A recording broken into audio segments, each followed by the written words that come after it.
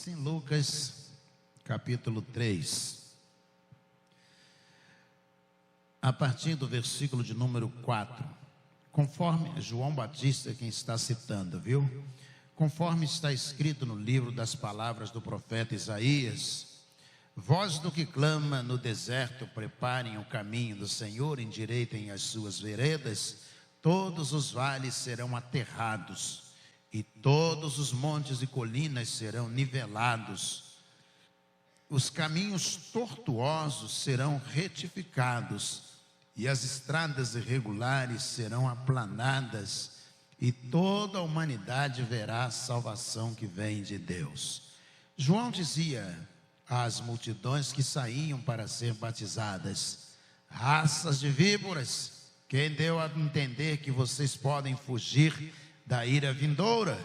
Produzam frutos dignos de arrependimento, e não comecem a dizer uns aos outros: temos por pai Abraão.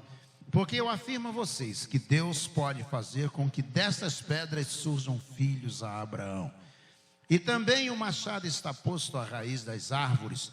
Portanto, toda árvore que não produz bom fruto é cortada e lançada ao fogo. Então as multidões perguntaram a João: o que é que devemos fazer?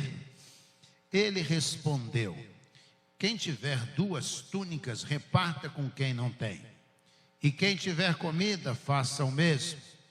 Também alguns publicanos chegaram para ser batizados e perguntaram a João: mestre, o que devemos fazer? Ele respondeu: não cobrem mais do que o estipulado. Também soldados lhe perguntaram: e nós, o que devemos fazer? E ele lhes disse: não sejam prepotentes, não façam denúncias falsas e contentem-se com o salário que vocês recebem. Estando o povo na expectativa e pensando todos em seu íntimo a respeito de João, se por acaso ele não seria o próprio Cristo, João tratou de explicar a todos: eu, na verdade, batizo vocês com água, mas vem aquele que é mais poderoso do que eu, do qual não sou digno de desamarrar as correias das suas sandálias. Ele os batizará com o Espírito Santo e com fogo. Ele tem a pá em suas mãos para limpar a sua eira e recolher o trigo no seu celeiro. Porém queimará a palha num fogo que nunca se apaga.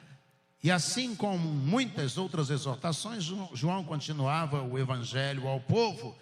Mas Herodes, o tetrarca, sendo repreendido por João por causa de Herodias, mulher de seu irmão, e por todas as maldades que o mesmo Herodes havia feito, acrescentou a todas as outras ainda esta: mandou prender João. Vamos orar? Senhor, enche o nosso coração da tua palavra. Ó Deus, que também não só os caminhos da terra, mas os caminhos do coração, da alma de cada um de nós, eles sejam aplanados.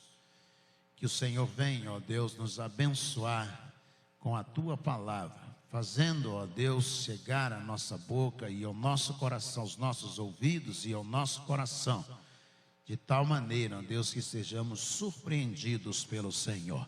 É a nossa oração em nome de Jesus. Amém. Amém. Quando João Batista aparece, João Batista era aparentemente, na narrativa bíblica, truculento. Não fazia curva. Ele falava aquilo que você leva um mês para falar para outra pessoa, ele falava em 5 segundos. Era direto, era objetivo. E ele tinha um ministério.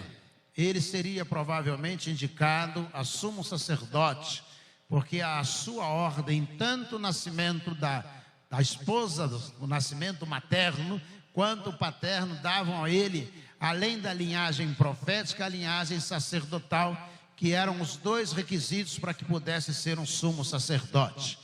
Ele seria, na profecia, na visão de Isaías, o sumo sacerdote do seu templo. Mas isso lhe é negado porque Roma havia colocado 2 sumos sacerdotes, Anás e Caifás. e eles governavam a favor de Roma, segundo o interesse romano. E João Batista não vai ter esse espaço no templo para assumir como sumo sacerdote. Não vai ter acesso à roupa especial que era reservada ao sumo sacerdote desde o Velho Testamento, quando Deus vai orientar a Arão sobre a sua vestimenta. Era passada a estola, a vestimenta sacerdotal, para o próximo sumo sacerdote. Os sumos sacerdotes tinham uma alimentação especial. Essa alimentação era destinada aos sumos sacerdotes. E João Batista também não teria acesso a essa alimentação. Por isso a Bíblia, quanto à vestimenta, faz questão de dizer que ele se vestia com peles, roupas feitas de pele de camelo. Essa era a sua vestimenta sacerdotal. Quanto à alimentação, o texto faz questão de dizer que ele comia amoras, mel e amoras, falando que essa era a sua alimentação. Mas ele não poderia exercer no templo, e ele vai exercer no deserto, segundo a profecia do profeta Isaías. Então ele é a voz do que clama no deserto, não no templo. O templo estava impedido para o sumo sacerdote João Batista. Ele teria que exercer o seu sacerdócio no deserto. E ele vai exercer, ele vai ser a voz do que clama no deserto. Ele vai ser essa voz, esse sumo sacerdote no deserto. E quando o texto que nós lemos no capítulo 3 de Lucas, ele começa a pregoar as multidões. E quando ele está pregando sobre a profecia de Isaías, falando que Deus vai corrigir as vidas, de que Deus vai corrigir o comportamento das pessoas, que as vidas serão aplanadas, é a expressão usada por ele, e ele diz que as estradas irregulares serão aplanadas e toda a humanidade verá a salvação de Deus. Então as multidões acorrem a João Batista e começam a perguntar: tem saída para nós? Tem saída para nós? Nós também podemos ser salvos. E João Batista faz um dos discursos mais duros das Escrituras Sagradas. Raças de víboras, quem vos ensinou a fugir da ira vindoura? Ou seja, o se aproximar de Cristo não pode ter como motivo principal o temor ao inferno. Ter medo de ir ao inferno. Ter medo da condenação eterna. Você pode ter medo do inferno, pode ter medo da condenação eterna e tentar se aproximar de Cristo sem que haja uma conversão, sem que haja uma mudança de vida, sem que haja uma transformação. E a multidão então diz: nós vamos para o inferno, então nós queremos nos aproximar, nós queremos ouvir esse enviado de Deus, nós queremos servi-lo. E João Batista diz: esse não deve ser o motivo. Medo do inferno. Uma igreja nunca deve cantar um hino porque tem medo do inferno. Uma igreja nunca deve se reunir porque tem medo de ir para o inferno. Ninguém deve orar porque tem medo de ir para o inferno. Ninguém deve ler a Bíblia porque tem medo de ir para o inferno. João Batista diz: é preciso arrependimento. E aí as multidões se aproximam dele, e a pergunta do versículo 10 é: o que nós devemos fazer? Então, se não é pelo medo do inferno, nós queremos nos aproximar de Cristo, e o que é que nós devemos fazer? João Batista olha para eles e diz: quem tem 2 túnicas, reparta com quem não tem. Se você tem alimento, ajude a quem não tem. Socorre a pessoa que está ao seu redor precisando. A primeira pregação de João Batista, a primeira orientação às multidões, é que existe um comportamento de solidariedade. Para que você possa ter certeza de que você é crente em Jesus, você deve fazer uma avaliação da sua solidariedade. Você é solidário com a pessoa que está vivendo, enfrentando um momento difícil? Você é solidário com a pessoa que está passando perto de você e atravessando dificuldades? João diz: você tem 2 túnicas, socorre quem não tem. Solidariedade é uma marca registrada para aquele que tem Cristo Jesus no seu coração.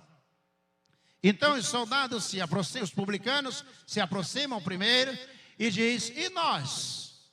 Nós que somos publicanos, o que nós devemos fazer? Os publicanos cobravam impostos. E cobravam os dízimos, os pedágios, mas os impostos para Roma eram eles cobrados e vigiados pelos publicanos. Eles faziam isso contra a sua nação. E eles dizem: e nós o que devemos fazer? Cobrar pedágio, não existe problema algum. É verdade, Jesus disse: eu sou o caminho. E o bispo Macedo disse: eu sou o pedágio. Se não passar, você não passa. Se não pagar, você não passa por aqui. Na verdade, Jesus está dizendo naquele momento, diz aos publicanos, diz a eles: larguem o que vocês estão fazendo. Não, Jesus não disse isto. A profissão de vocês é indigna. Jesus não disse isto. Vocês nunca mais deverão cobrar impostos. Jesus não disse isto. Jesus disse: não majorem, não cobre um imposto superior àquilo que foi determinado.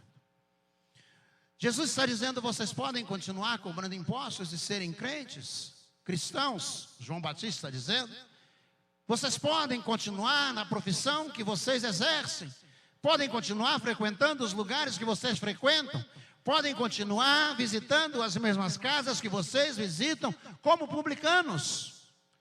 Mas a honestidade deve ser o lema daquele que quer servir ao Senhor.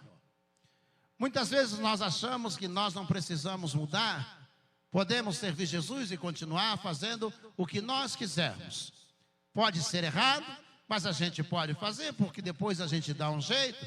Jesus disse aos publicanos: vocês podem continuar cobrando imposto, mas vocês têm que ser honestos. Vocês podem continuar executando a tarefa que vocês estão executando. Não importa, converteu-se: eu sou professor, que seja um professor honesto. Eu sou motorista, que seja um motorista honesto.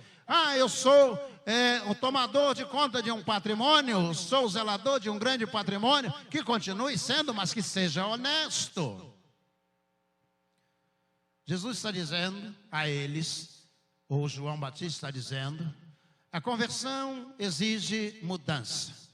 Não de lugar, não de roupa, não de linguagem, mas existe uma mudança no comportamento, na interpretação que você tem que ser correto com as pessoas que estão ao seu redor, que negociam contigo. Eu muitas vezes vejo funcionários públicos ou empreiteiras. Eu olho da minha janela e tem, por exemplo, 12 pessoas numa equipe de trabalho. Tem 2 mexendo no celular, 8 deitadas embaixo da árvore e 2 em pé no canto batendo papo. Aquilo é desonesto. Não há nenhum problema você trabalhar numa empreiteira. Jesus, ou João Batista, está dizendo: você tem que ser correto naquilo que você se dispôs ou propôs a fazer. Você tem que agir com correção, você tem que ser com certa lisura naquilo que você vai realizar. Então os publicanos disseram: e nós temos que fazer o quê? Jesus disse: o que vocês continuam, já estavam fazendo, só vocês têm que ser honestos. Vocês precisam ser corretos, vocês não podem ser desonestos. Versículo 13: não cobrem mais do que está estipulado. Havia um outro grupo presente ali, o grupo dos soldados. E os soldados se aproximaram de Jesus e disseram: e nós? O que nós devemos fazer? Nós que somos soldados, nós fomos recrutados pelo Império Romano, e o que é que nós devemos fazer? Jesus poderia dizer: olha, não serve para vocês ser cristão, João Batista ser cristão e serem soldados. Não serve para vocês o uso da farda e o cristianismo. Jesus não disse nada disso. Jesus diz a eles assim: não sejam prepotentes, não façam denúncias falsas e contente-se com o salário que vocês recebem. Ou seja, não se deem à corrupção, não deem falso testemunho não sejam prepotentes, arrogantes na abordagem que vocês têm que fazer. É preciso que vocês entendam, Jesus está dizendo àquele grupo de soldados, que vocês podem ser soldados crentes. Vocês, João Batista está dizendo, vocês podem ser soldados, vocês podem continuar usando a farda, a espada que vocês estão usando, mas vocês precisam não aceitar a corrupção, não sejam prepotentes. Vocês podem exercer um cargo de autoridade, podem ser delegados, promotores, juízes, podem ser defensores públicos, vocês podem exercer atividades relacionadas ao Estado para garantir, talvez, a condução de pessoas, mas disse, sejam amorosos, sejam atenciosos, não sejam prepotentes, não sejam arrogantes. Jesus disse, façam isso com amor, façam isso com o cristianismo. Não esqueçam dessas coisas. E no meio de todas aquelas pessoas, versículo 15, estando o povo na expectativa, pensando todos, olhando para João Batista, dizendo, você é Jesus? E João Batista poderia dizer, sou. E ele diz, não, eu não sou. Eu sou aquele que veio desamarrar o cadastro da sandália dele. Eu não quero ser arrogante, diz ele. Eu não sou prepotente. Eu não quero usurpar a competência de Jesus. Eu quero dizer que eu vim para servir. Eu vim para servir ao Senhor. E ele ainda vai declarar, necessário que ele cresça e que eu diminua. Ou seja, a missão do crente neste mundo é fazer com que Jesus cresça através da sua manifestação, das suas palavras, dos seus gestos, das suas ações. É necessário que as pessoas possam ver que Jesus está tomando conta da vida dele e se manifestando através dele. João sabia que a sua glória ia passar, nós percebemos isso neste versículo. A sua glória iria terminar. Ele não teria uma glória permanente, ele não era a estrela principal da história, ele não era o personagem central. Ele era um coadjuvante de Jesus, assim como todos nós somos coadjuvantes.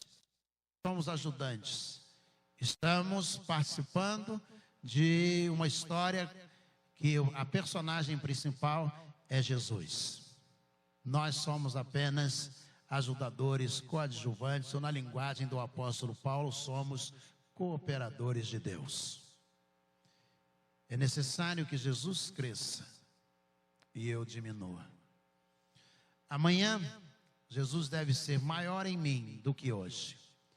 Depois de amanhã, eu devo ser menor ainda e ele ainda maior. Semana que vem, Jesus ainda maior.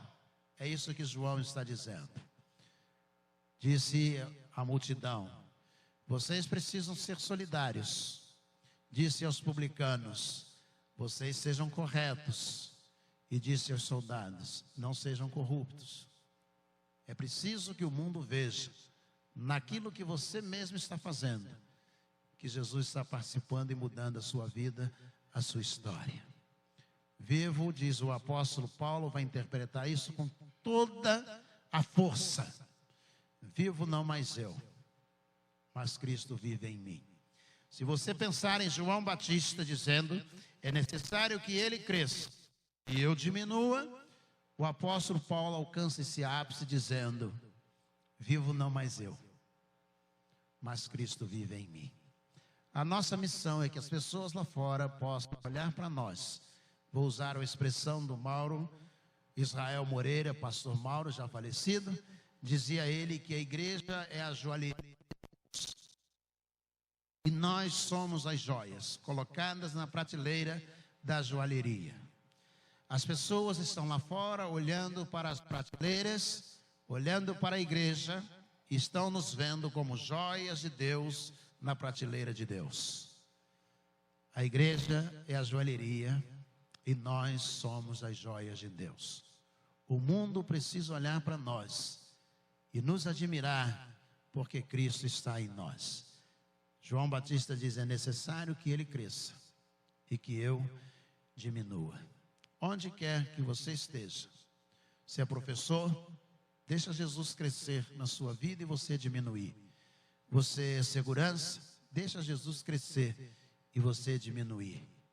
Você é camelô, deixa Jesus crescer e você diminuir. Onde quer que você esteja, não importa a dificuldade. Eu quero encerrar contando a experiência. Havia no Barra Shopping, hoje já está fechada essa loja, e ela era uma loja gigantesca de eletrodomésticos. E eu sempre gostava, quando o Alecimar estava ali, indo, detesto CIA. E a Alecimar às vezes entrava e dizia: eu vou andar aí. Eu ia direto para aquela loja para olhar aqueles televisores de LED que estavam sendo lançados naquela época. E eu gostava de ficar olhando, mas elas custavam 25 mil, 30 mil reais cada televisor. E eu ia para ali e tinha um setor que tinha um DVD, uma tela grande, e eles colocavam músicas ali a pedido da pessoa que estava ali. Um dia eu entrei e eu vi um rapaz, estava tocando uma música, um hino evangélico, estava passando um DVD, e aí tinha um rapaz com as mãos levantadas, e ele parecia muito simples, um tênis muito velho, uma calça surrada, um cabelo que há muito tempo não cortava, e eu vim por detrás olhando, e tinha uma cantora cantando um hino evangélico.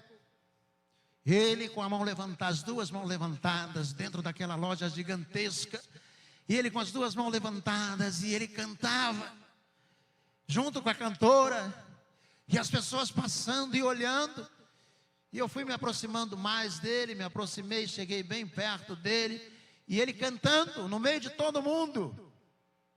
E quando terminou o hino, eu me aproximei dele e falei: bonito, rapaz, que bom. E aí ele, meio assustado, me olhou, e eu disse: eu também sou crente, eu sou seu irmão em Cristo Jesus. Ele disse: nós somos irmãos, a paz do Senhor. E eu disse a ele: a paz do Senhor. E eu disse: bonito você aqui cantando. E aí ele disse: eu trabalho aqui, eu moro em Nova Iguaçu, trabalho numa obra aqui perto do Barra Shopping. E ele disse: o meu galpão não tem luz, eu não tenho rádio, e eu não tenho quase como ali ter um instrumento, alguma coisa que eu possa ler, assistir. E ele disse: aí eu venho para cá, eu peço para colocar um DVD. Eu fiquei olhando para ele, ele disse: e aí esse é o meu momento de adoração. Ele falou: as pessoas passam, elas não entendem, mas eu não tenho rádio, eu não tenho televisão, eu não tenho celular. Ele disse: e aí eu peço à moça, ela coloca um hino, e eu fico aqui 1h30, com as mãos levantadas, cantando todos os hinos, porque aparece escrito. E eu adoro a Deus aqui toda tarde. Eu fiquei olhando para aquele rapaz simples. E eu pensei: aqui está um verdadeiro adorador. Quantas vezes nós, por causa da dificuldade, a gente diz: Deus, não vai dar para fazer, o Senhor está vendo. Deus, eu não tenho como fazer, o Senhor está vendo. Aquele rapaz ia para o meio da multidão, um dos lugares mais chiques, finos do Barra Shopping. E dentro da FENAC, no lugar das coisas mais caras, ele encontrou um jeito de adorar ao Senhor. E ele ia para ali todos os dias, adorar ao Senhor. Eu ouvi outras vezes fazendo isso, adorando ao Senhor. O que João Batista está dizendo: o que você faz, continua fazendo, mas deixa Jesus crescer e você diminuir. É isso que ele está dizendo. É difícil. Ele diz: olha, deixa Jesus crescer e deixa você diminuir, porque vai doer menos. Jesus vai tomar conta muito mais do problema, da adversidade, da dificuldade que você está enfrentando.